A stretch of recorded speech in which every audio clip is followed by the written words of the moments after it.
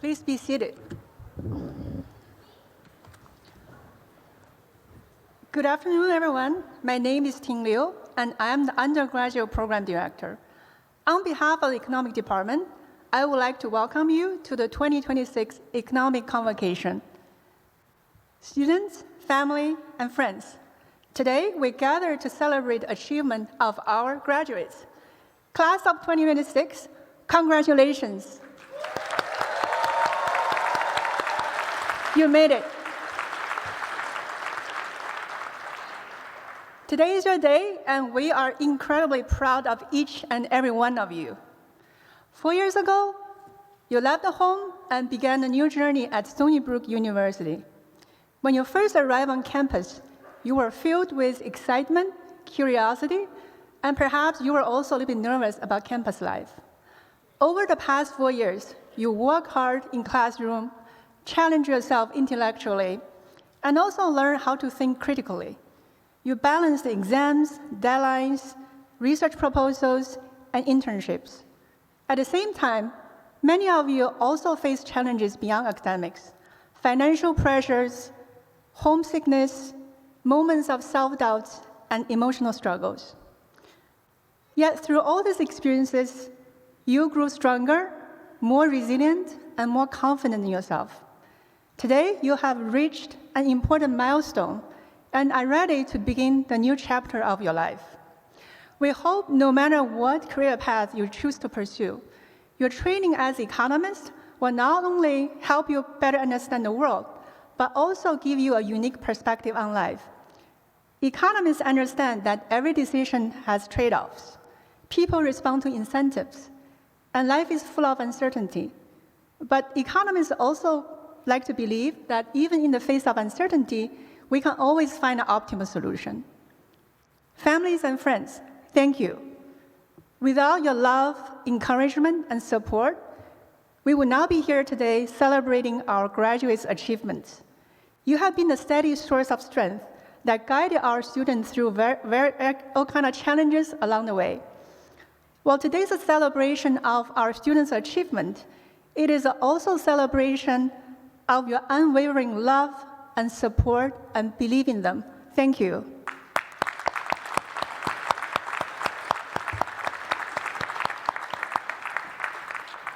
Class of 2026, as you reflect on your time at Stony Brook University, we hope you will remember the friendships you built here and appreciate the professors and mentors who guide you through this journey. It is my pleasure to introduce the faculty member on stage. We have Professor Naila Dahan.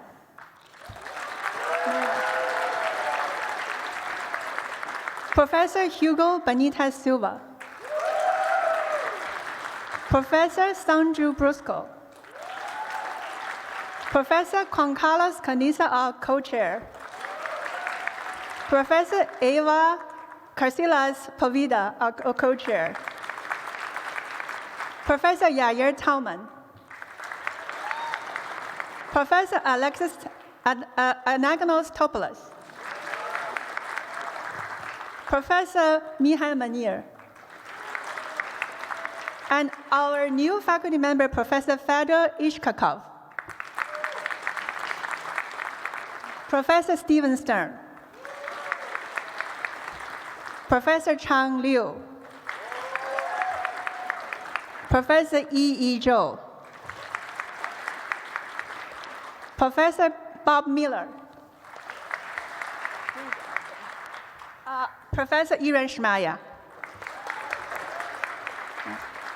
I would also like to take a moment to recognize our PhD students who work alongside our faculty member as instructors, teaching assistants, and mentors to our graduates.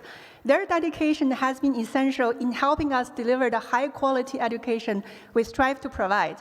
Today, we have on stage with us James Glusman, Ahmed Al-Kahwaja,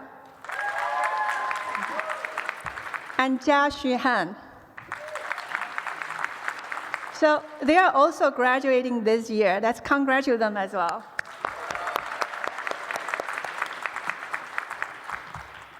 Today, Today, we have invited two outstanding speakers to address the class of 2026.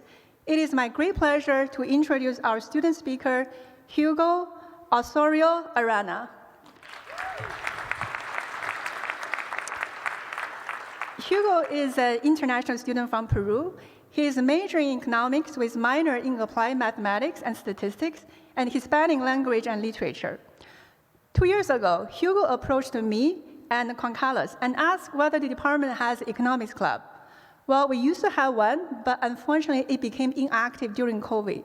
Ever since that conversation, Hugo and his team has worked incredibly hard to revive the club and build a stronger student community. At first, they were so worried that few students would show up. They offer free pizza.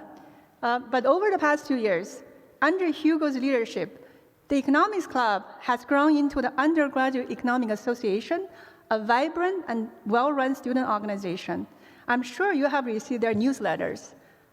They have organized many exciting activities, including debates on economic policy, various research workshops, field trip to the Federal Reserve Bank of New York, alumni networking events, and just a few weeks ago, they organized a talk by the head of research at the New York Fed.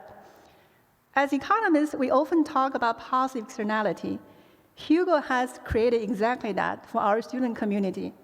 Please join me in welcoming Hugo to the stage.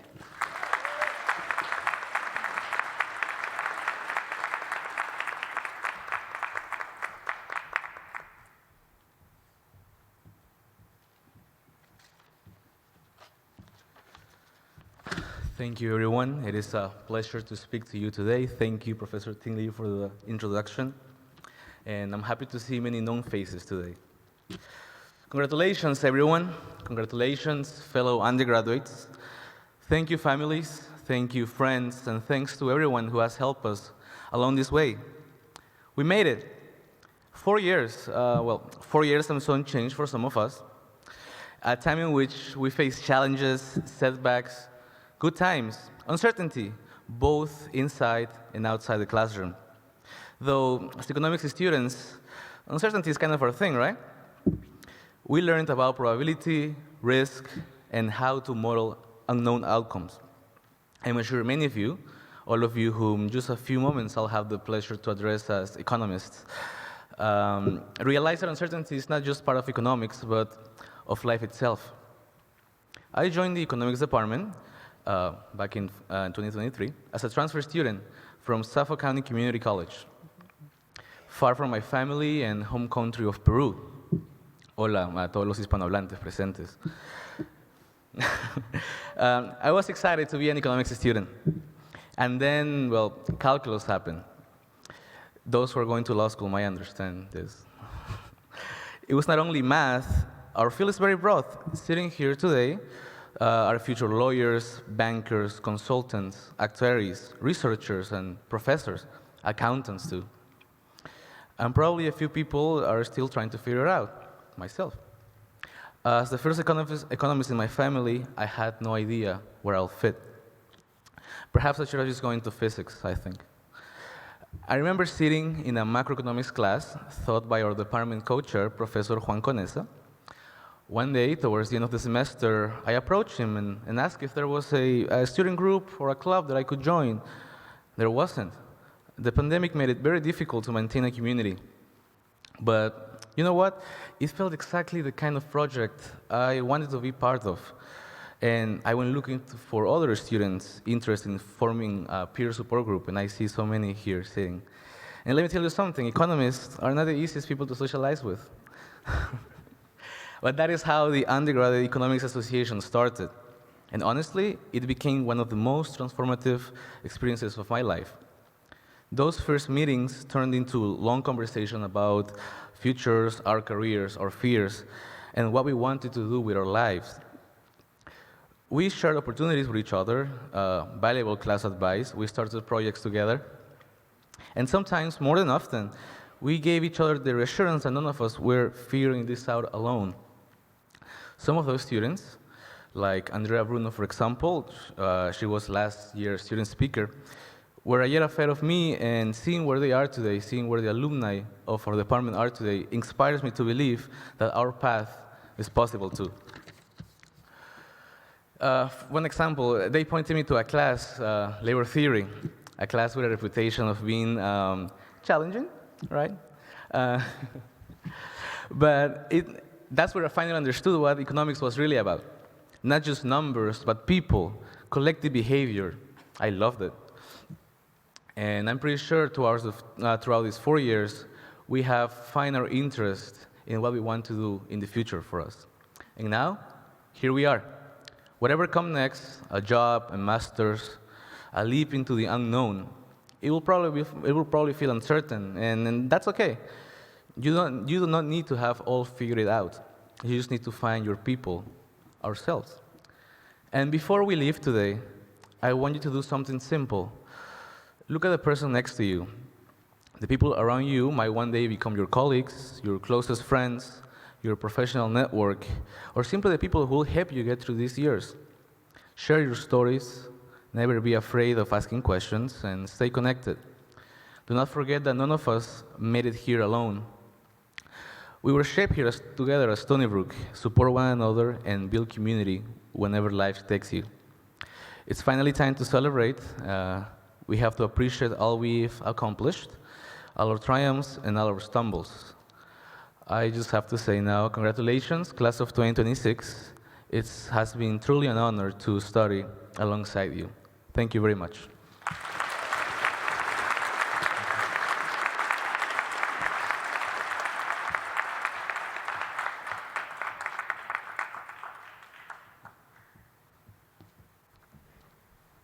Thank you very much, Hugo.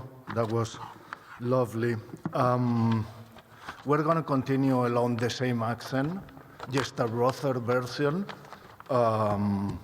So we're going to be welcoming all of the families of the cohort of 2026 graduates in economics. It's an excellent opportunity because 2026, it's a remarkable special year. It marks the 250th anniversary of the Declaration of Independence of this country that hosts so many people like me.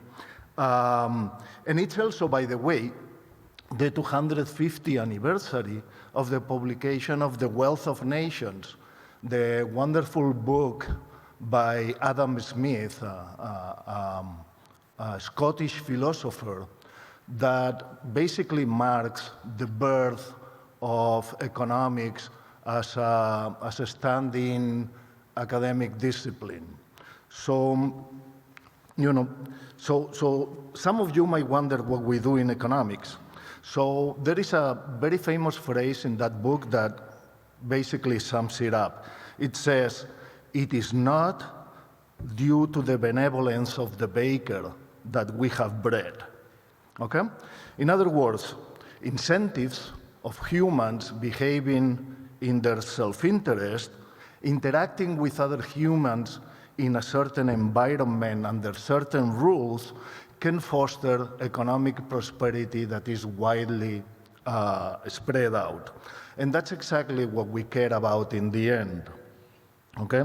This cohort of talented students have gone through courses, homeworks, exams. It all seemed like torture, and it was probably true.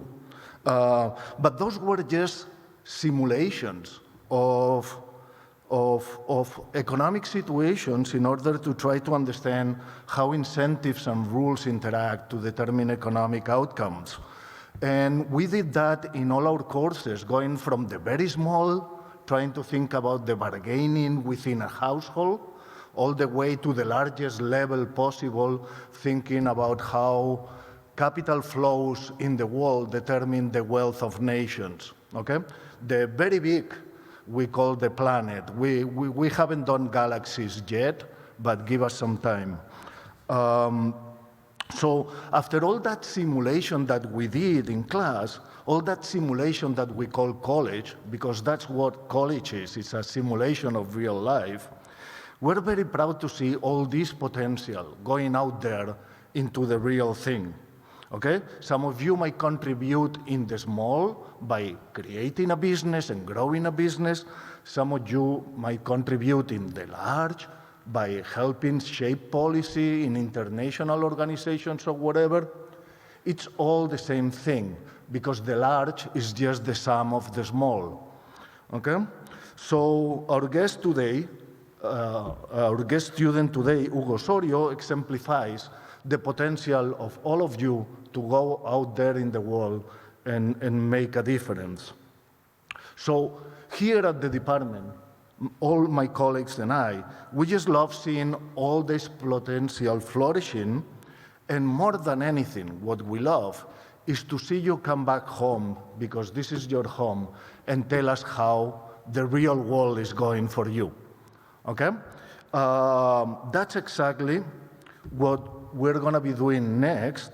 We're going to be welcoming a distinguished alumni who graduated Stony Brook University with a degree in philosophy and in economics. So that brings us back to Adam Smith, who was also a philosopher originally. And he graduated a while ago. I'm just going to say the 20th century. Okay? That's what I say when I go to the supermarket and I buy beer. They ask me for my age. I say 20th century. Yes, forget it. Okay? So our guest today chose a very, very interesting career, a career that was built on developing simulation tools for tutoring and training entrepreneurs and managers to improve managerial practices in firms. Now, here is the interesting part. You might think that you are done with simulations and now you're getting into the real life. Maybe you're going to go back to simulations again with our guest today. So without further ado, I want to welcome Dan Parisi. I want to thank him for taking the time to join us, especially traveling from California all the way to the East Coast. I want to thank him for joining us in celebrating the 2026 cohort and to give us a chance to learn from his experience. So thank you, everybody. Welcome, Dan Parisi.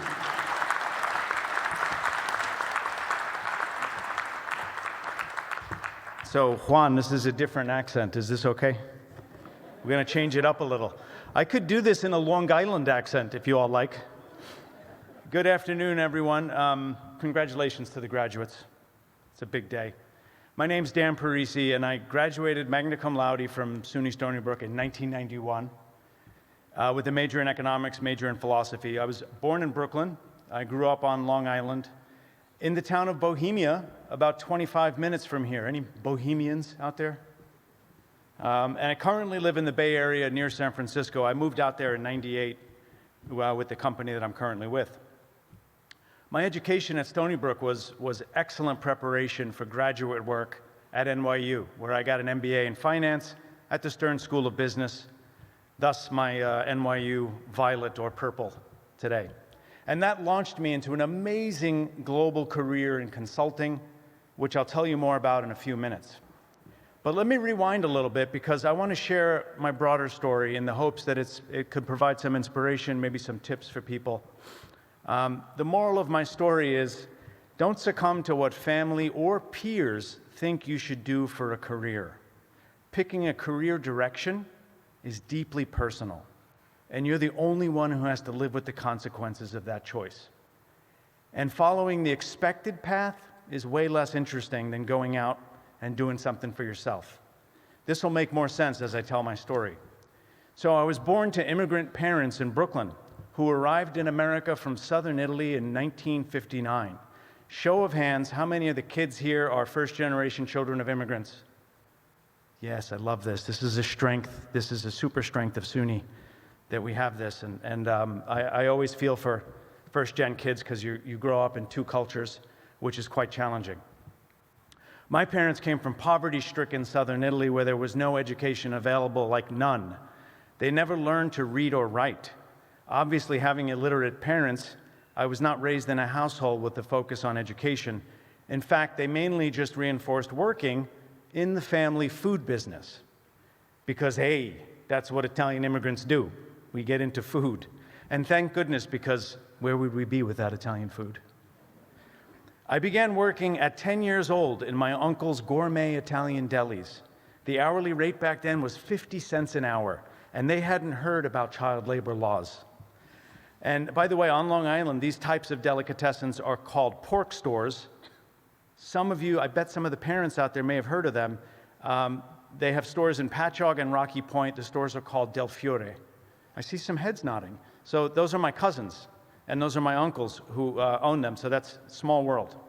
If you have a chance, go visit one, tell them that Cousin Dan sent you, and that you want a Strong Island discount. And I think I'll get some harshly worded voicemails if that starts happening with a lot of people. My family recommended that I pass on college entirely and just go work in the family business. They knew what was best for me. I got close to not going to college, but when I turned 18, I found a compromise. I would work 40 hours a week in the delis while attending the small but mighty Suffolk County Community College just down the road from here. So the first speaker was a Suffolk County Community College grad. Love to hear that. By the time I completed my associate's degree, the academic path had won out. And I decided to double down and transfer to SUNY Stony Brook, which was a very, very good decision, it turns out. Of course, no one in my family agreed with the decision. They wanted me to join the family business. But I followed the voice in my head, and I transferred to SUNY Stony Brook. And I just want to say this publicly to any SUNY Board of Trustees members who are listening. If they're not here, please pass this message on to them. The SUNY Board of Trustees, they're the folks who in 1948 started the SUNY system, and that included the community colleges. This is an astounding vision that they had. And that was about 80 years ago. So my ability as a poor kid to access community college and a SUNY education was absolutely, staggeringly life-altering. And I'm so grateful that I have a chance to say it up here to everyone. I've thought about this for 30 years. I've always wanted to say it, so this is my chance. So it's, when I say life-altering, we had a speech last night on social mobility provided by SUNY Stony Brook. I'm forever grateful for what it did for me. So the first insight from my story is, sorry parents, your family's not always right. They don't always know what's best for you. And figuring that out, looking at you front rows, figuring that out and learning how to pilot your own ship is a big part of becoming an adult. Okay, so I also want to build your confidence a little. If you did well in SUNY Stony Brook's econ department, if you survived the quantitative analytical rigor of Stony Brook's classes like 320 statistics and econometrics 321, any of you survived those? Trust me, they were nasty back then, and I suspect they're still pretty tough. You'll be ready for anything in your career if you did well here, or anything an advanced degree throws at you. So I remember getting to NYU Business School. Finally, I got into grad school a couple of years after SUNY. And as a poor kid from Long Island, that was the first time I met kids who went to private boarding schools in New England, like Exeter and St. George's Academy, and other weird names. I was supposed to know what they were, but I had no freaking idea what they were talking about. And I met kids, and I was with students next to me who went to Harvard and Yale. You can imagine that was a little intimidating. But I'm here to tell you, I was able to go toe-to-toe with all of them. Great in grades, in group work, in GPA, and there's nothing more satisfying than being the state school kid who surprises people. This is what I wish for all of you, that you'll be the state school kids who surprise people. They don't see us coming. By the end of my 2-year MBA at Stern, I still didn't know what I wanted to do when I grew up. This made me very anxious. I did know that most of my peers at NYU were hell-bent on becoming investment bankers because I was graduating in 1995. This is what you did in New York. And I remember I just didn't feel it. A lot of them had parents who worked in finance or on Wall Street. Mine were making sausage. And while I did well in the classes, I didn't have a deep enough interest in it. I also did a summer internship, an internship at IBM, which didn't help. In fact, it only told me that I didn't want to work at a big, bureaucratic, soulless company. So thanks for that, IBM. But I did know a couple of things. I liked teaching. I was a faculty assistant in the economics department for Professor Prussia, who's now teaching at Columbia, in his excellent international economics class. So I was his faculty assistant. And then at Stern, I was a teacher's assistant, equivalent to faculty assistant, in organizational behavior. So I had this thing, I was drawn to teaching. I also knew I wanted to do something entrepreneurial, which means it was a no-go in academia. And I was attracted to the consulting world. And at NYU, there wasn't a lot of companies recruiting where I could leverage those interests, and I thought maybe I made a mistake. But by serendipity or luck or good fortune, I ended up meeting a small startup boutique consulting firm out of Stockholm, Sweden, that was just starting a first US office in Connecticut. So while all my friends and all the peer pressure was pushing me toward a career in iBanking at legendary places, mind you, like Salomon Brothers, Smith Barney, Bear Stearns, Lehman Brothers, I went a completely different direction. I went to a no-name, super small Swedish leadership development company. Trust me, people thought I was crazy. What happened to Parisi? He was pretty smart, but he just gave up on Wall Street and did what? He joined a Swedish training company? Yeah, it was a lot of peer pressure that I had to withstand.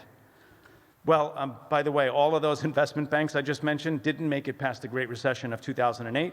And next month, I hit my 31-year anniversary at BTS, where I've been able to leverage all of my strengths for 3 decades. Now the company, by the way, I was employee number 4 in the US. Now the company has over 2,000 employees in 28 countries with 36 offices. It's publicly traded on the Stockholm Stock Exchange. And I travel and work with brilliant clients and colleagues in places just the last 12 months: Seoul, Bangkok, Buenos Aires, Mexico City, Milan, Madrid. And this state school kid still holds the record at the company for the fastest track to partner and the fastest track to senior partner. I'm looking at you, first 5 rows. This is what we expect. I've had a storybook career, and it's because of my second lesson, you also don't have to listen to peer pressure about what career direction to take.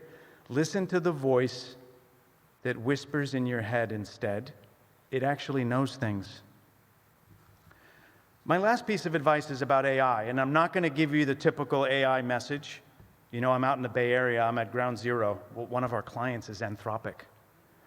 So I'm at ground zero for AI. And I'm not going to tell you AI is coming for your jobs, blah, blah, blah. I'm going to give you a career tactic which is more like an inoculation against AI dread. A psychologist recently used a term that he applied to your generation.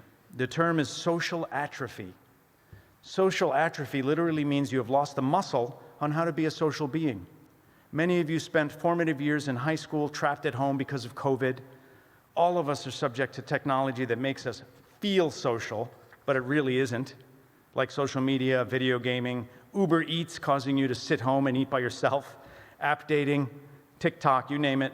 The list goes on and on. All of that's working against you and making you less social than other generations. So I believe social atrophy is a bigger enemy to your career than AI is. And I want you to double down on being social. I want you to stand out in your first job by doing the following. I'm actually going to give you practical career advice at a commencement speech. When you start your first job, I want you to do this. Go meet 30 people in the company in your first 30 days. That's 30 strangers. You're going to go meet 30 people in the company in your first 30 days. Meet them face to face. It can be for coffee. It can be for lunch. It can be for a drink after work. It can be just meeting in your office or theirs, even if it's just 20 minutes. Just go talk to 30 people in 30 days. Ask them what they do at the company. Tell them what you do. Discuss how your work overlaps. Discuss opportunities for collaboration. If you show up as the opposite of social atrophy, first, your supervisor is going to be shocked. They're probably someone my age, and they'll be like, "You're practicing the ancient social ritual of being social?" Second, if you go meet 30 people in 30 days, you'll have a subset of those 30, say 6 to 7, that you stay in touch with, that you become friends with. And you know what happens if you become more social with in-person, real relationships in the company? Opportunities happen. So when you fight social atrophy and actively build relationships, this is a favorite phrase I heard recently, you increase your surface area exposure to luck happening. Luck never finds you sitting at home alone, playing TikTok. That's not where luck finds you. I want to repeat that. Luck never finds you sitting at home alone. And building relationships increases your surface area exposure to luck happening. The more social capital you build, the less likely that AI will eat your job. So to summarize, regarding your career, sorry parents, don't listen to your family, don't listen to peers, listen to the voice in your head, listen to the whispering in your soul. And fight social atrophy to win out over AI career dread. Build more real in-person relationships in your career to increase your surface area exposure to luck happening. And with that, I wish you all good luck, and I wish that each of you becomes the state school kid who surprises everyone.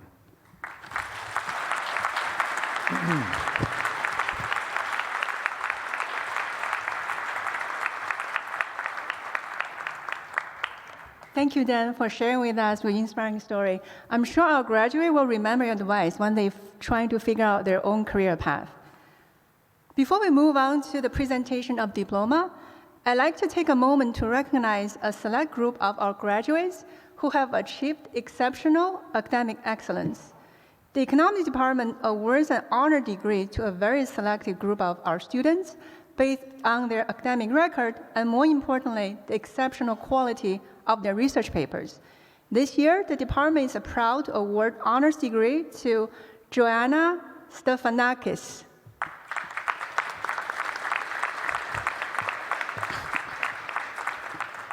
Thanks to the generosity of our alumni, Stephen McGarry and Patrick Warner, the economics department offers several scholarships and awards to academically excellent students with outstanding potential.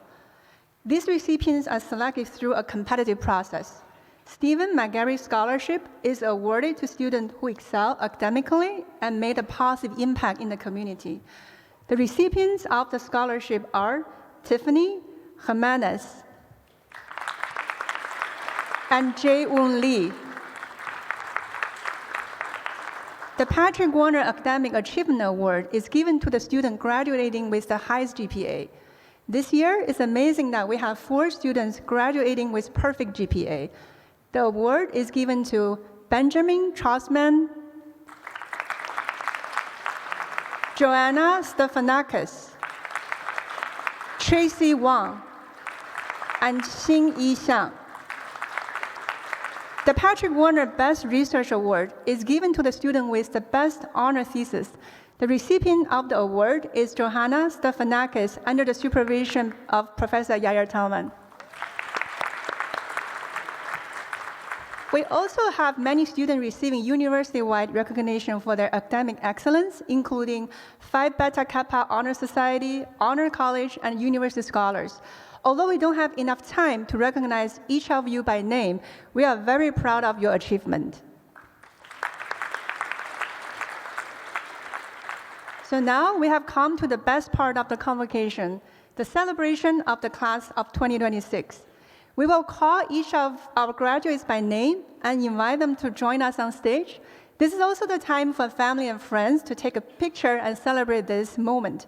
If you want to come closer for a better shot, please feel free to do so. Congratulations to the class of 2026.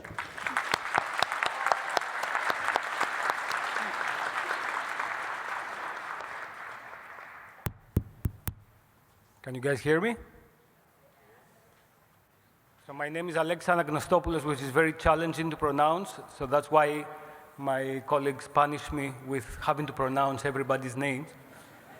So let's get started. The class of 2026.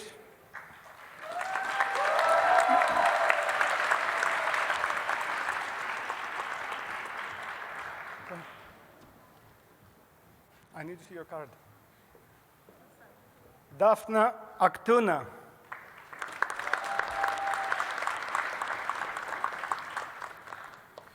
Ronel Alvarado.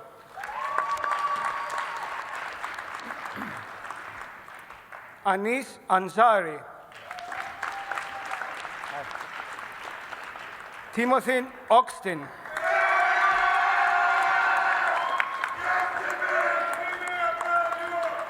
Aditya Balasubramanian.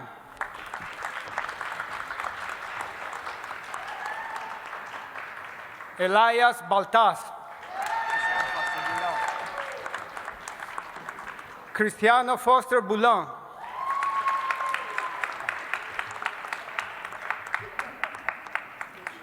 Leon Eidemir.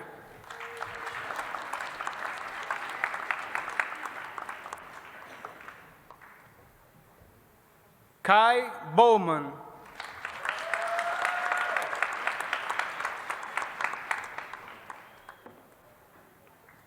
Adam Burgard.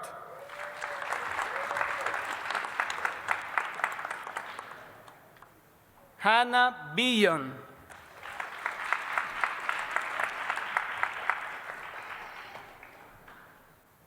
Leo Chen.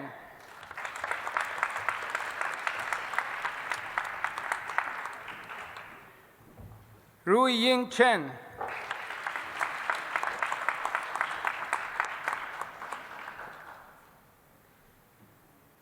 Skylar Chen.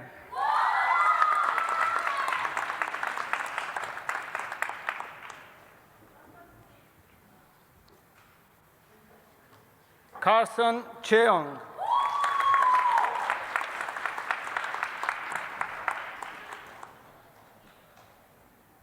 Kevin Chen.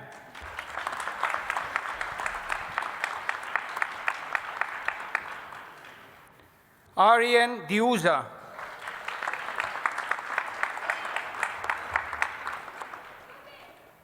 Iris Diaz.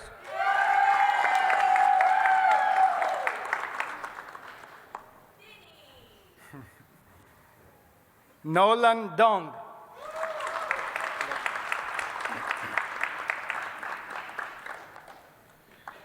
Meloseri Dumnoy. Sorry. Eric Eng.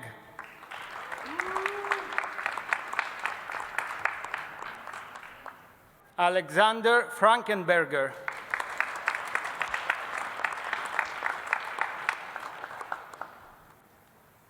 Jahim Garcia.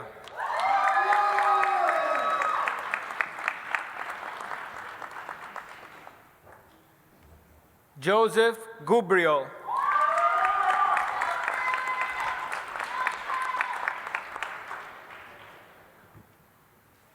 Meghana Gotipalli.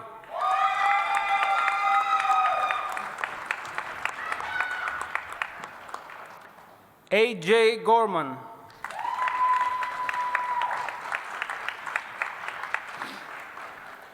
Josani Graham.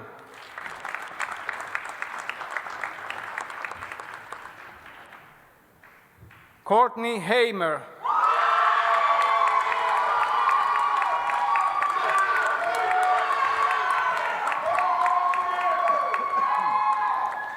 Sage Hardy.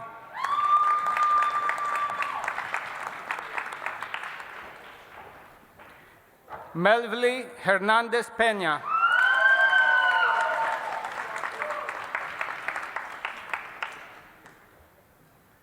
Yo In Hong.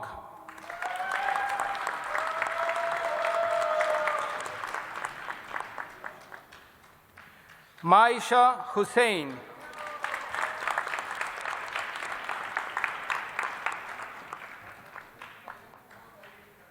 Zhongyi Huang.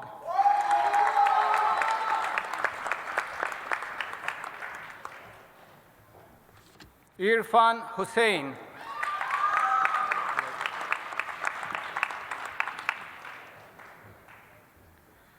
Zhongwen Jiang.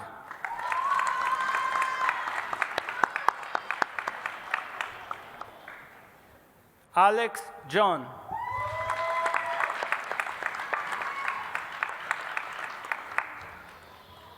Abu Kalam.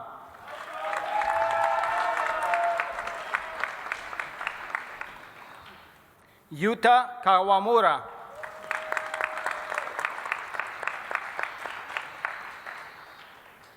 Miriam Kilji.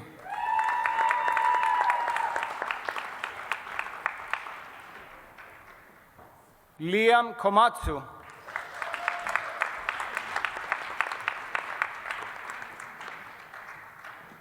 Nicholas Kritikos.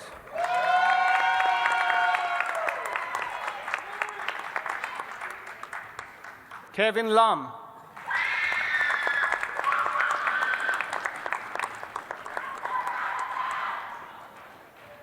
Alvin Lee.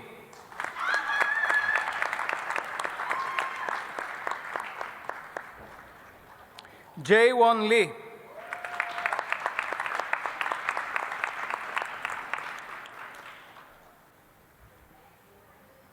Zimdren Lam.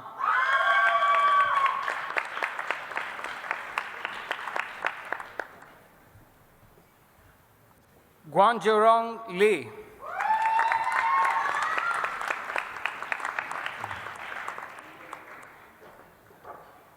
Joy Lee.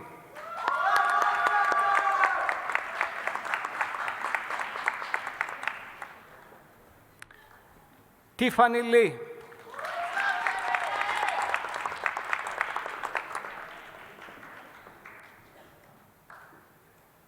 Jinyi Liang.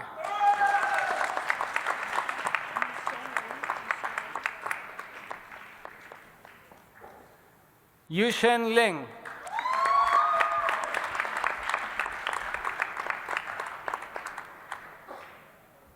Shinru Liu.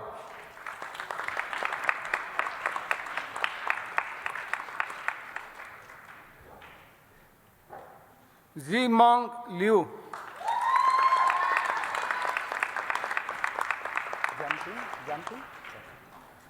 Jack Liu.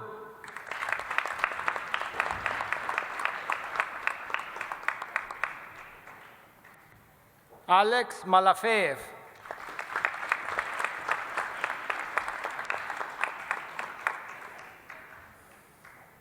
Christos Matas.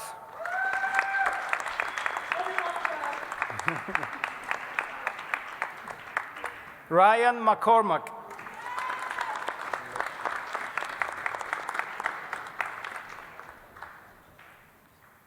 Sam McGay.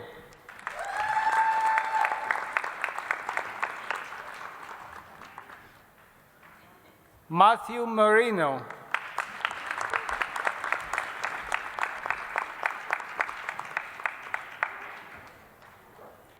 Evelina Mizencheva.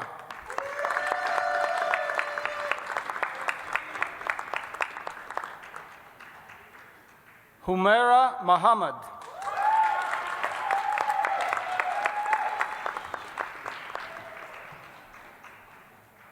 Daniel Mordekovic.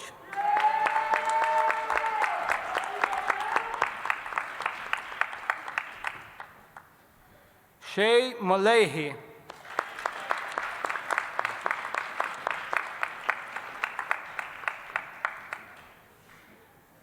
Yishi Ni.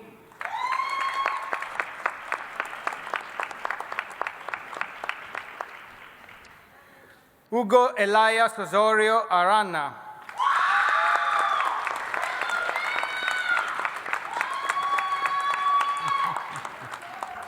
Chan Yi Pan.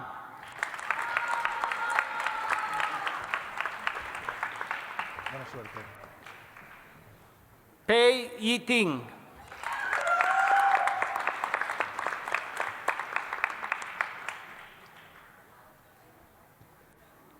Priyanka Ramlal.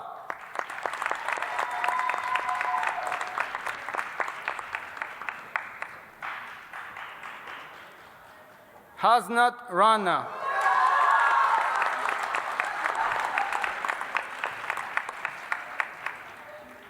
Puron Sadhu.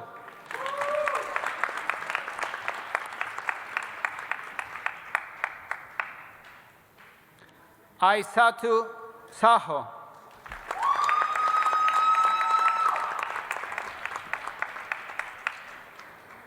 Jason Schofield.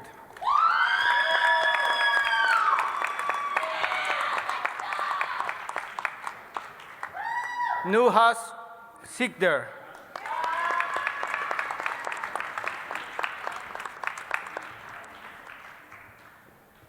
Shivani Singh.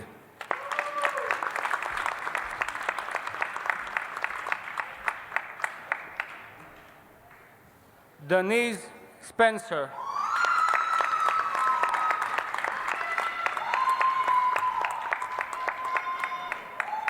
Jason Tang.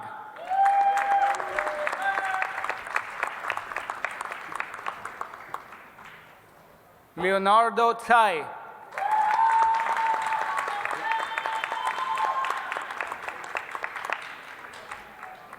Alexander Tafto.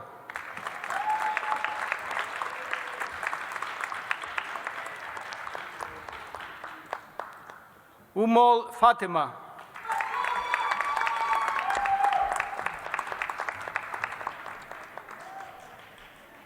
Daniel Volok.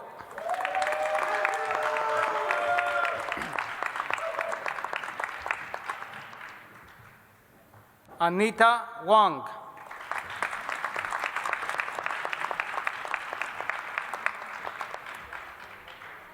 Brody Wong.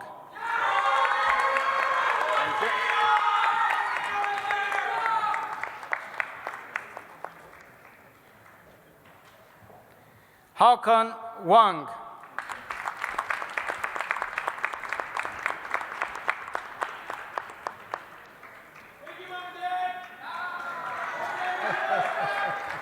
Kai-Feng Wang.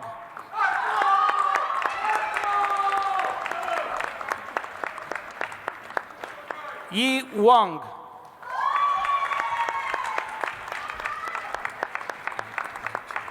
Jiqiao Wang.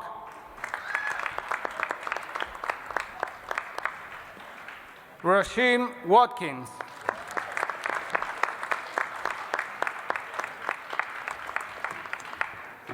Melissa Barrows.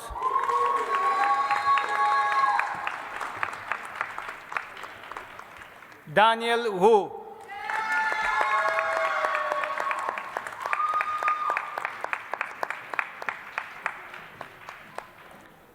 Evelyn Wu.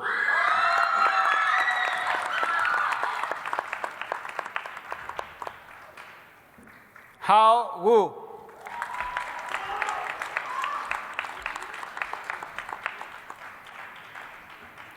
Xinyi Xiang.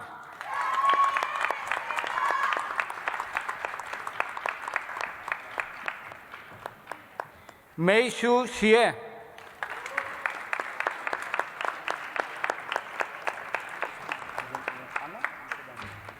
Anna Yagnik.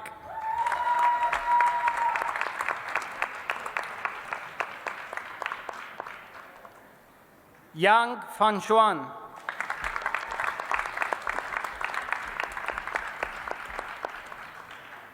Michael Ye.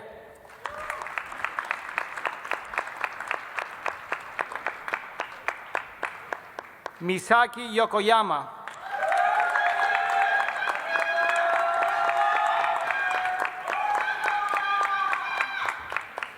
Jihan Yu.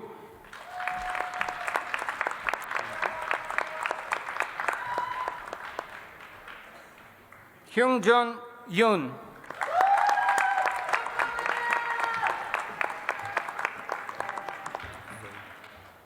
Emnet Zodi.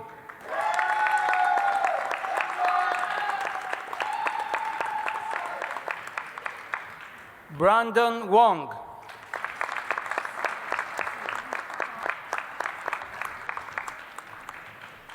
Siyu Chang.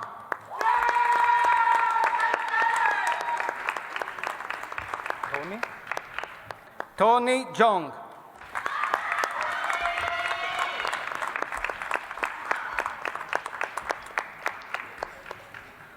Muyao Zhou.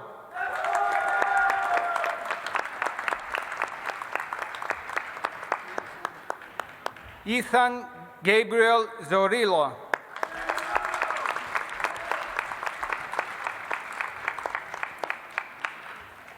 David Cervantes.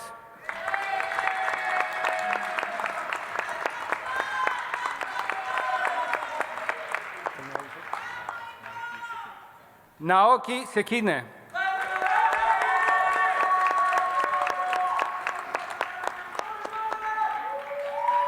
Nikki Lee.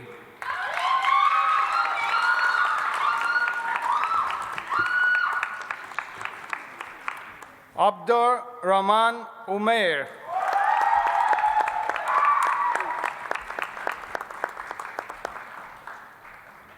Cody Liu. And last but not least, Anaf Ahmed.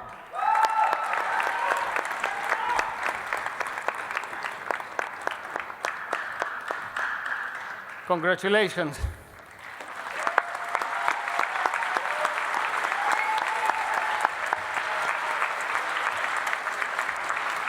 Thank you. Thank you very much, team. Thank you very much, Alexis. So we're still doing very well on time. So I think I have, 27 pages to go through. I'm joking. I'm joking. We're almost there. Okay. Thank you for attending this lovely afternoon. This is a wonderful celebration. I cannot leave here without thanking the people that make this event and the entire operation of the department possible, or at least much more efficient than it could be. So that's our wonderful departmental staff. We have the head of administration, Doreen Aveni, the graduate program director, Tim Chin, and the undergraduate program coordinator, Victoria Yad over there. Thank you very much.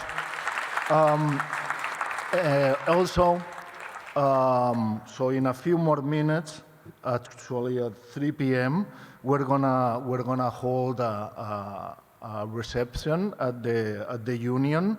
Of course, you are all invited. Bring your friends, your family, everybody, and let's hang out in a more relaxed environment. So I'm gonna close this event by asking the graduating cohort of 2026 to stand up. Thank you very much. You're all done. Congratulations.